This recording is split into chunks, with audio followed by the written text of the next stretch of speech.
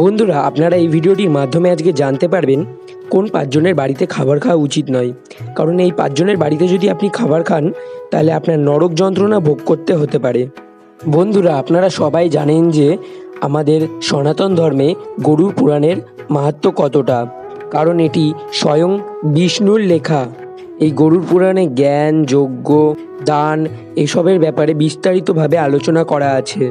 গরুর পুরাণ অনুসারে এমন কিছু মানুষ আছে যাদের বাড়িতে আমাদের খাবার খাওয়া উচিত নয়। এর অর্থ মানুষ যেই বাড়িতে খাবার খায় সেরকমই মানুষের মন হয়ে যায়। এরকম কথা সকল শাস্ত্রে লেখা আছে যে মানুষের মন কীরকম হবে সেটা খাবারের ওপরই নির্ভর করে। এর জন্য দেখবেন অনেক এরকম মানুষ আছে যারা নিজের খাবার নিজে তৈরি করে খায়, অন্যের কোনো বানিয়ে দেওয়া খাবার খেতে চায় না। তো এবার চলে আসুন মূল বক্তব্যে। তো জেনে নেওয়া যাক কোন পাঁচজনের বাড়িতে খাবার খাওয়া উচিত নয়। কিন্তু তার আগে আপনারা যদি এখনও আমাদের চ্যানেলটিকে সাবস্ক্রাইব করে না থাকেন, আমাদের চ্যানেলটিকে অবশ্যই সাবস্ক্রাইব করে দেবেন আর পাশের বেল আইকনটিকে প্রেস করে রাখবেন যাতে নতুন ভিডিও নোটিফিকেশন আপনাদের কাছে চলে আসে। আর আমাদের ভিডিওটি ভালো লাগলে অবশ্যই একটি লাইক করে দেবেন আর কমেন্টে জয় শ্রীকৃষ্ণ অবশ্যই লিখবেন। প্রথম হলো কোর্ট কেসের অপরাধী। গরুর পুরাণ অনুসারে যদি কোনো অপরাধী কোর্টে প্রমাণিত হয় তাহলে এরকম বাড়িতে খাবার না খাওয়াই উচিত। বলা হয় যে এরকম বাড়িতে যদি খাবার খাওয়া হয় তাহলে পাপের ভাগীদার হতে হয় এবং যে এমন কাজ করে সেরকম কাজের প্রভাব আমাদের জীবনের ওপরে পড়ে। দ্বিতীয় হলো, যদি কোনো ব্যক্তি অন্য একটি ব্যক্তির অসহায়তার সুযোগ নিয়ে টাকা কামায় তাহলে এরকম কোনো ব্যক্তির বাড়িতে কখনোই ভোজন করা উচিত নয়। কারণ যে কোনো পরিস্থিতিতে অন্য কোনো ব্যক্তির অসহায়তার লাভ কখনোই ওঠানো উচিত নয়।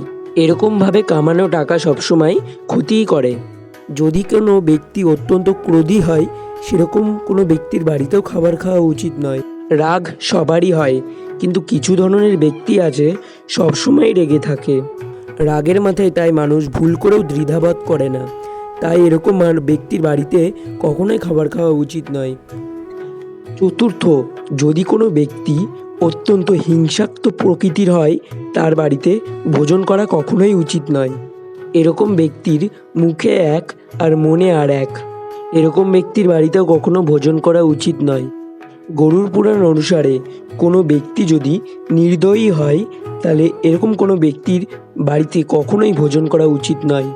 কারণ নির্দয়ী প্রকৃতির লোকেদের মনে কখনো দয়ার ভাব থাকে না, তাই তারা মানুষদের সবসময় কষ্ট দেয়। মানুষের ভোজনের জন্য দয়াভাব থাকা প্রয়োজন। বন্ধুরা, আজকের ভিডিওটি এইটুকানি। আবার ফিরবো অন্য একটি নতুন ভিডিও নিয়ে। ততক্ষণ আপনারা সবাই ভালো থাকুন, আপনাদের পরিবারের সবাই ভালো থাকুন এই কামনা করে আজকের ভিডিওটি শেষ করছি। জয় শ্রীকৃষ্ণ।